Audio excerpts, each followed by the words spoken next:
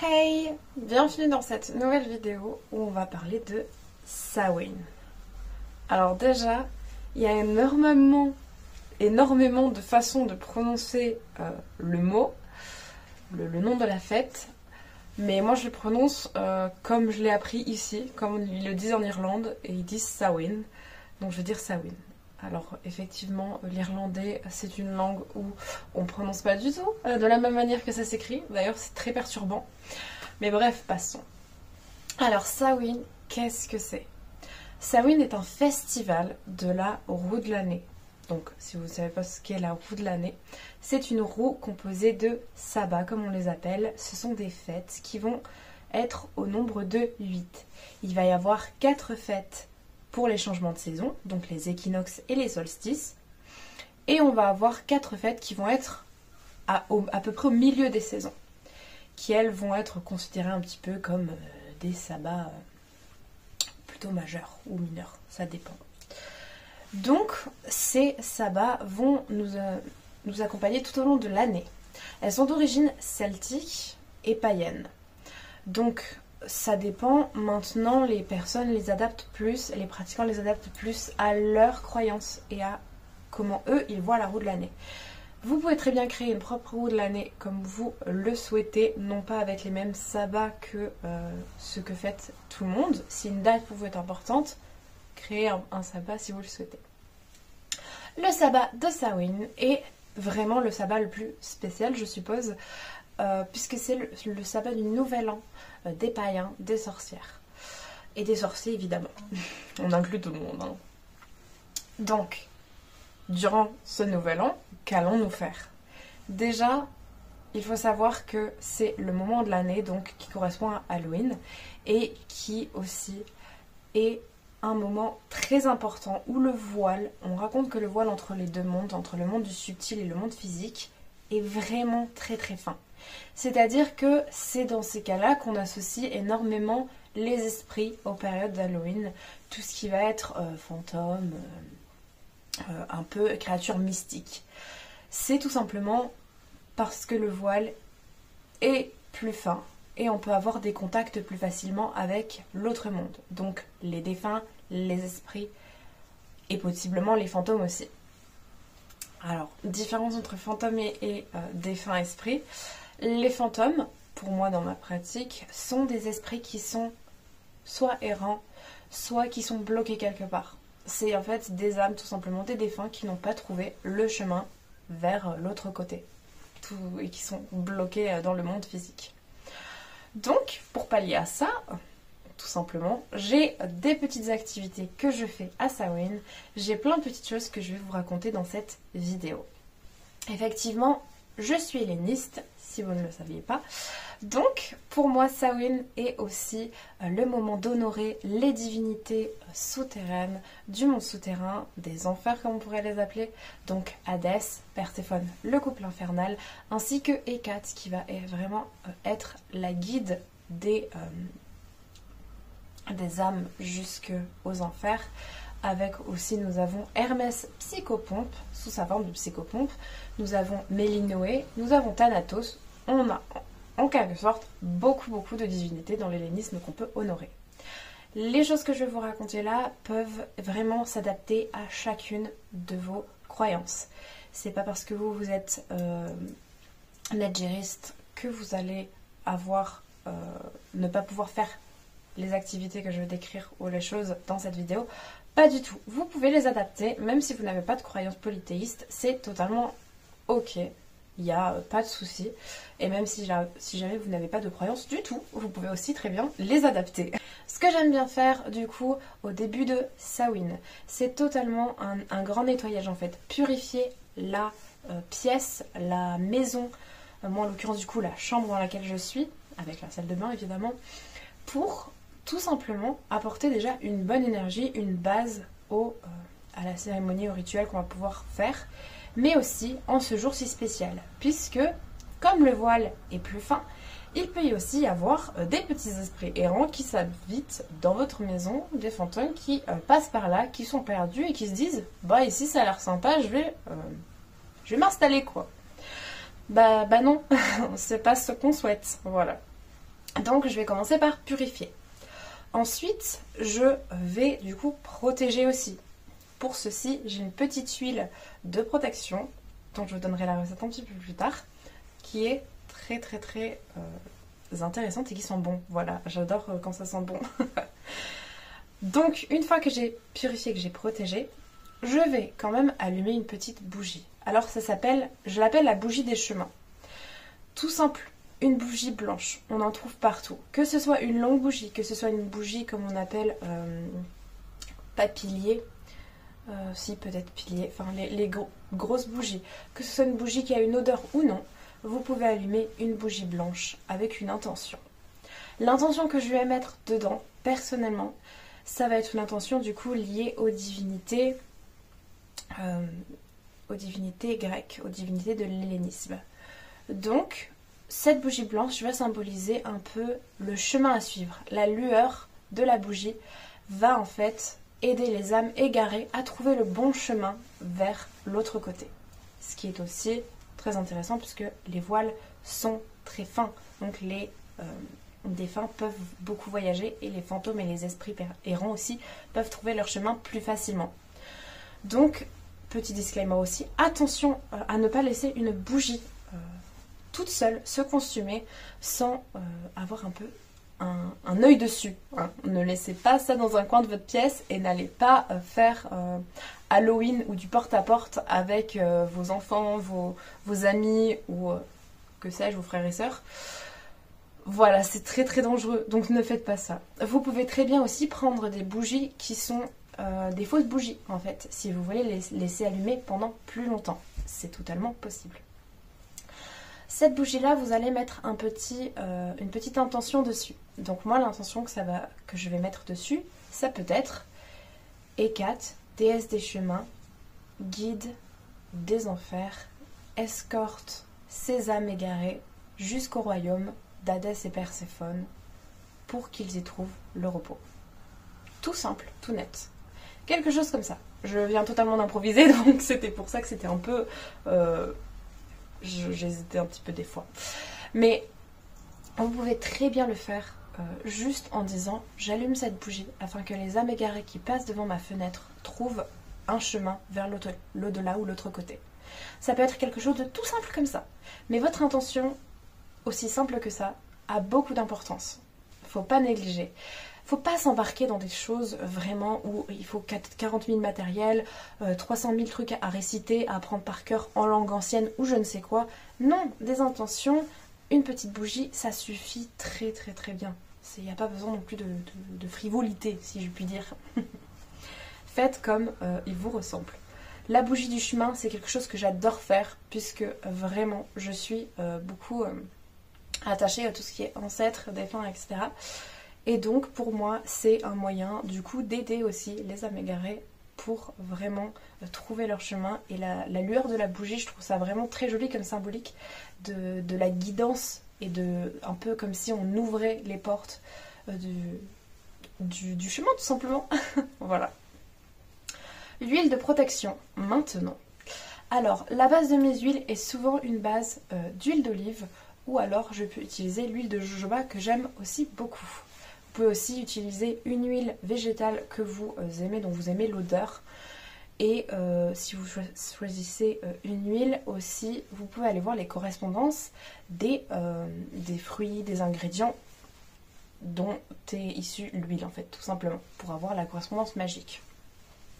J'utilise donc pour la recette une huile d'olive. Je prends ensuite de la lavande séchée, où je vais en fait tout simplement enlever les petits, vous savez, les petits grains de lavande. Je vais les mettre dans l'huile. Je vais mettre des pétales de rose aussi. Et je vais mettre, après moi je mets soit de la calendule, soit de l'aquilée millefeuille. Ça dépend de mes envies. Le plus souvent c'est de l'aquilée millefeuille, parce que j'adore aussi cette plante et que c'est une plante pour les blessures. Bref, on s'en fiche. Je mets tous ces ingrédients là et je laisse du coup macérer. Cette huile de protection, vous pouvez l'utiliser pour plein de choses. Vous pouvez juste vous en mettre sur vos petits poignets, comme ça, pour être protégé le matin avant de partir au boulot, en vous levant ou que sais-je. Vous pouvez oindre des bougies. Ce mot est vraiment bizarre, oindre, hein, j'ai du mal. Mais du coup, vous pouvez badigeonner des bougies pour les protéger ou pour qu'elles aient une intention spéciale. Donc si jamais vous voulez faire quelque chose, un sort ou un rituel de protection, une petite huile de protection sur votre bougie pourra être effectivement quelque chose à faire. Aussi, vous pouvez, votre matériel que vous utilisez, badigeonner aussi de cette huile. Vous pouvez vraiment faire plein de choses avec. Et je trouve que c'est super important. Et j'adore du coup travailler de la protection, faire cette huile à Samhain, puisqu'elle aura des énergies vraiment très très fortes. Et pour moi, c'est un peu aussi l'huile de Mélinoé, puisque je fais cette huile avec Mélinoé pour la protection. Et c'est un peu, voilà, mon petit secret de Samhain, que je fais comme ça. Sur des activités un petit peu plus, je dirais, familiales ou à faire en général, aussi qu'on retrouve comme plus communément à Halloween, hein, vous pouvez creuser une citrouille. Alors ça aussi, c'est vraiment super super intéressant parce que j'adore faire ça avec des amis ou avec des enfants. C'est quelque chose de très ludique. Et vous pouvez même la mettre devant chez vous avec une petite bougie. Alors là aussi, pour moi, la citrouille qui va être creusée va pouvoir être un symbole de protection ou d'abondance. La citrouille est souvent liée à l'abondance. Donc, à vous de choisir protection ou abondance. Pourquoi? Tout simplement parce que en mettant la bougie devant chez vous et en plaçant la citrouille devant chez vous et en plaçant une bougie à l'intérieur, la bougie, vous pouvez lui donner une intention, tout comme la citrouille en elle-même.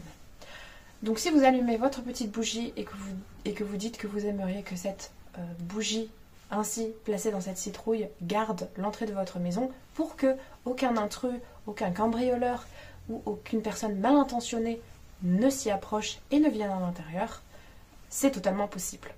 Tout comme vous pouvez mettre la bougie avec des énergies et des intentions d'abondance en disant « Je souhaite qu'à chaque fois que je rentre chez moi, une énergie d'abondance et de bien-être se dégage de moi pour attirer à moi la chance et tout simplement l'abondance. » Et c'est exactement la même chose, vous pouvez dire aussi, dès que je sors de chez moi, l'énergie d'abondance. Cette citrouille me donne aussi l'énergie d'abondance. Voilà, c'est la petite citrouille qui garde le devant de chez vous aussi. Et comme ça, vous pouvez le faire avec des personnes. Et ça n'a pas besoin d'être magique si vous ne le souhaitez pas. Mais si jamais vous le souhaitez, vous pouvez le mettre du coup devant chez vous. Tout simplement. À Samhain aussi, on adore manger. Parce que, je sais pas pour vous, mais moi j'adore manger en général. Voilà. Donc là, 1001 recettes peuvent vous accompagner avec des ingrédients de saison. Que ce soit des soupes de potiron, que ce soit des tartes à la citrouille, que ce soit des biscuits aussi que vous pouvez faire avec des petites formes. Pour vous rappeler Samhain, il y a énormément de choses que vous pouvez faire. La pomme aussi est un ingrédient de saison, donc n'hésitez pas à faire des tartes aux pommes, des compotes ou toute autre délicieuse recette. Vous pouvez du coup aller piocher un petit peu à droite des recettes et voir celle qui vous correspond le mieux. Si vous ne connaissez pas vraiment la magie des fourneaux, c'est en fait poser ses intentions et tout ce qui est magique un petit peu lorsque vous cuisinez. Vous pouvez très bien que ce soit sur votre pâte tracer un pentagramme si vous le souhaitez, un sigil si vous le souhaitez aussi, mettre une intention ou prendre des ingrédients choisis par rapport à leur correspondance, ça aussi c'est très intéressant et le résultat est toujours délicieux. Voilà, donc n'hésitez pas aussi à adapter les recettes. Si jamais vous trouvez qu'une recette manque de quelque chose, faites vos petites expériences. Je trouve que c'est toujours très bien de changer de recette et de se dire, je vais pas non plus suivre tout le temps la recette. La tarte aux pommes, j'en ai mangé beaucoup, donc je vais peut-être un petit peu changer aujourd'hui. Samhain est aussi, donc comme je vous l'ai dit, rendre hommage aux ancêtres. Si vous avez un autel aux ancêtres, n'hésitez pas à le nettoyer, à mettre des petites offrandes dessus. Et si jamais vous souhaitez et que c'est dans votre pratique ou dans votre tradition, puisque certaines traditions et certains pays le font, de placer un couvert en plus ou de partager votre repas avec les défunts. Tout simplement, de mettre une partie de votre repas dans une autre assiette et de l'emmener si vous avez sur un autel sur l'autel, ou tout simplement de dire que cette partie-là va à vos ancêtres, aux défunts, etc. Si jamais vous voulez aussi honorer Hécate en même temps, qui est du coup la déesse des carrefours, des chemins, et donc aussi la guide des âmes, ce chien veut nous parler. Justement, en parlant d'Hécate, il y a un chien qui commence à aboyer. Je ne sais pas si c'est un chien noir, mais dans tous les cas, c'est peut-être pour nous dire que, bah écoutez, faites ceci. Vous pouvez donc mettre aussi une partie du repas à un carrefour, justement, qui va permettre de prier Hécate, et Hécate qui va ensuite guider les âmes jusque de l'autre côté. Voilà, donc ça c'est un peu pour la partie helléniste. Samhain est le bon moment aussi pour faire de la divination, si vous avez des biais par lesquels vous faire de la divination. Attention cependant, je fais encore un petit disclaimer, toujours se protéger, et je dirais encore plus dans cette période. Parce que justement, comme le voient les fins, on va le répéter 46 000 fois, mais vous pouvez attirer plein de choses. Et la divination, on en voit surtout avec les bonnes idées, c'est de l'ironie, hein. Ne faites pas de la Ouija. Je trouve que la Ouija a été vraiment beaucoup diabolisée avec les films, mais c'est vrai que moi je n'y toucherai jamais. Donc je vous dirais de ne pas y toucher, et encore moins avec l'esprit de se dire c'est un jeu, on va voir comment ça réagit. Non. Protégez-vous avant de faire de la divination, puisque un pendule en soi ou des cartes de tarot sont un peu comme la Ouija. Vous vous connectez à des énergies qui vont vous donner de la divination, tout simplement vous aider. Et ces énergies-là peuvent être très bien neutres, mauvaises ou positives. Donc, on se protège, hein, toujours, encore plus dans cette période-là. Petite huile de protection, vous pourrez aussi tracer un cercle, faire une bulle de lumière. Peu importe la technique que vous utilisez, n'oubliez pas de vous protéger, c'est super important. On peut aussi se faire plaisir avec un bon petit bain ou avec une petite douche, soit purificatrice, soit tout simplement avec des ingrédients que vous avez choisis, des plantes que vous avez séchées ou tout simplement achetées dans le commerce, et vous faites votre petit bain ou votre petite douche avec, c'est toujours rafraîchissant. En parlant de plantes, on peut aussi très bien se créer une petite infusion de Samhain avec des écorces d'orange si vous le souhaitez, de la pomme séchée, quelques petites herbes que vous aurez choisies, que ce soit pour une intention particulière ou non, tout simplement pour le goût. Mais une petite infusion aussi est toujours une très bonne idée, et moi j'adore boire du thé ou des infusions, c'est pépite. Petite activité qui va peut-être en faire grasser un ou deux, mais pour moi, lors de Samhain, le jour de Samhain, j'irai me promener en fait tout simplement dans un cimetière. Alors pas la nuit, parce que l'ambiance la nuit, moi ça me fait un petit peu peur, tout ce qui est l'obscurité, voilà. Mais le jour, j'irai me balader dans un cimetière et un petit peu voir un petit peu les énergies, et si jamais il y a 2-3 petits noms, dire bonjour à tout le monde là-bas. Mais surtout de se dire, on va voir les défunts, on va leur dire c'est votre jour, votre moment.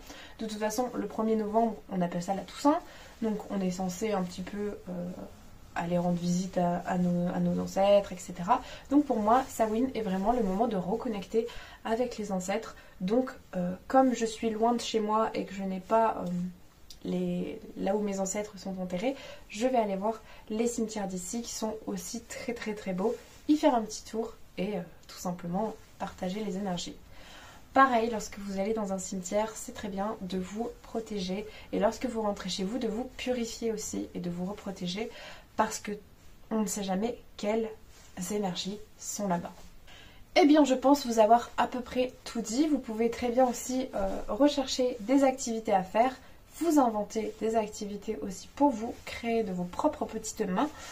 Et moi, écoutez, je vous dis à la prochaine. Je vais fêter Samhain comme il se doit, puisque j'adore vraiment cette période de l'année, cette fête. Donc vraiment, je vais le fêter comme il se doit. Je vous envoie plein de bonnes ondes, du coup. N'hésitez pas à me dire en commentaire ce que vous en avez pensé de la vidéo. Si vous avez des choses à rajouter aussi pour Samhain, n'hésitez pas à me dire ce que vous faites, votre petite routine. Et à la prochaine pour une prochaine aventure. Bye bye!